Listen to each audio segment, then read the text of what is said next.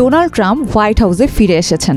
তার দ্বিতীয় মেয়াদে দেশ ও বিশ্বে এমন এক দ্বৈত বাস্তবতার মুখোমুখি হয়েছে যেখানে প্রেসিডেন্সি একসাথে এক বিরাট ব্যর্থতা এবং এক অবিশ্বাস্য সাফল্য হিসেবেও দেখা যাচ্ছে। সিএনএনের এক প্রতিবেদনে এমন কথাই বলা হয়েছে।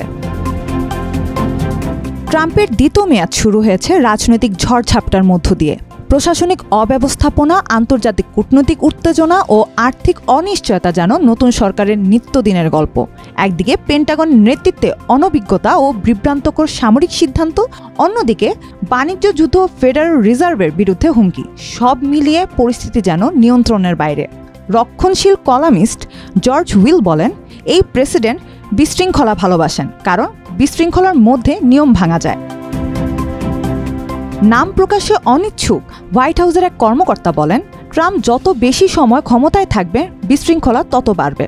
রাজনৈতিক বিশ্লেষক মাইকেল ও হানলন বলেন, একজন শক্তিশালী নেতা থাকা ভালো, কিন্তু সেই শক্তি যদি দায়িত্বহীন হয় তবে তা গণতন্ত্রের জন্য সর্বনাশ ডেকে আনতে পারে। কিন্তু প্রশ্ন হচ্ছে, এটি কৌশলগত বিশৃঙ্খলা কিনা? অনেক সমর্থক মনে করেন ট্রাম্প মূলধারার প্রতিষ্ঠানগুলোকে ভেঙে নতুন কিছু তৈরি করতে চান। এই দৃষ্টিভঙ্গিতে বিশৃঙ্খলায় তার সাফল্যের প্রমাণ। ট্রাম্প কখনোই নিজেকে সবার প্রেসিডেন্ট হিসেবে দেখাননি, বরং তিনি বরাবরই নিজের ঘাঁটি বা নির্ভরশীল ভোটারদের খুশি রাখাকে গুরুত্ব দিয়েছেন। তার আমেরিকা ফার্স্ট নীতি গ্রামীণ আমেরিকা ও বিশ্বায়নের ক্ষতিগ্রস্ত জনগোষ্ঠীর মধ্যে জনপ্রিয়তা পেয়েছে। বিশ্লেষকরা বলছেন, এই ধরনের একমুখী শাসনই ট্রাম্পের শক্তির মূল উৎস। পররাষ্ট্র নীতির ক্ষেত্রে ট্রাম্প অনেক সময় প্রচলিত নিয়ম ভেঙেছেন। ইউরোপের দেশগুলোর উপর ভরসা না করে বরং তাদের আত্মনির্ভরশীল হতে বলেছেন। পাশাপাশি তার শুল্ক আরোপের সিদ্ধান্ত মার্কিন কিছু শিল্পক্ষেত্রে উৎপাদন বাড়াতে সাহায্য করেছে। ট্রাম্প প্রশাসনের অনেক সিদ্ধান্ত সরকার ব্যবস্থাকে প্রশ্নবিদ্ধ করেছে, যেমন নির্বাচনের ভুলে একজন অভিবাসীকে ভুল দেশে পাঠানো কিংবা হার্ভার্ড বিশ্ববিদ্যালয়ের মতো প্রতিষ্ঠানের সঙ্গে অপ্রত্যাশিত দ্বন্দ্বে জড়ানো।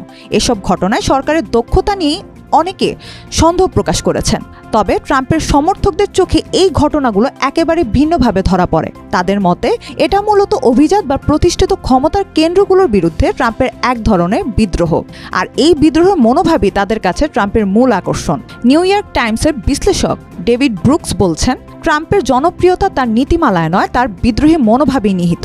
সমর্থকদের কাছে তিনি একজন বহিরাগত, যিনি ভাঙতে এসেছেন পুরো কাঠামো।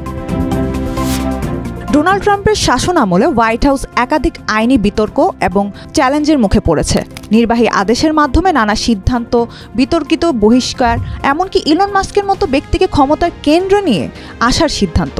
এসব ঘটনায় প্রশ্ন উঠেছে মার্কিন সংবিধানের ভারসাম্য নিয়ে। বিশ্লেষকদের মতে এটি শুধু প্রশাসনিক নয়, একটি গভীর সাংবিধানিক সংকটও বটে। মূল প্রশ্ন দাঁড়িয়েছে, একজন প্রেসিডেন্ট কতটুকু ক্ষমতা নিজের হাতে রাখতে পারেন। অনেকে বলছেন, এ প্রশ্ন শুধু ট্রাম্পের নয়, ভবিষ্যতে প্রেসিডেন্টদের হাতে যুক্তরাষ্ট্রের শাসন ব্যবস্থার ভবিষ্যৎ নির্ধারণ করবে।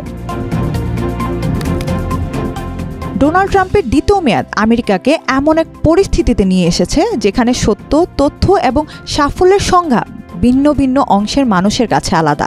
রাজনৈতিক বিশ্লেষক অ্যানা নাভারো বলছেন, আমেরিকা এখন আর এক অভিন্ন বাস্তবতায় বাস করছে না, সত্যটাই এখন বিভক্ত। এই বিভক্তিতে স্পষ্ট যে একদিকে ট্রাম্পকে কিছু মানুষ বিপজ্জনক একনায়ক হিসেবে দেখে, অন্যদিকে অনেকেই তাকে জাতীয় ত্রাণকর্তা মনে করেন।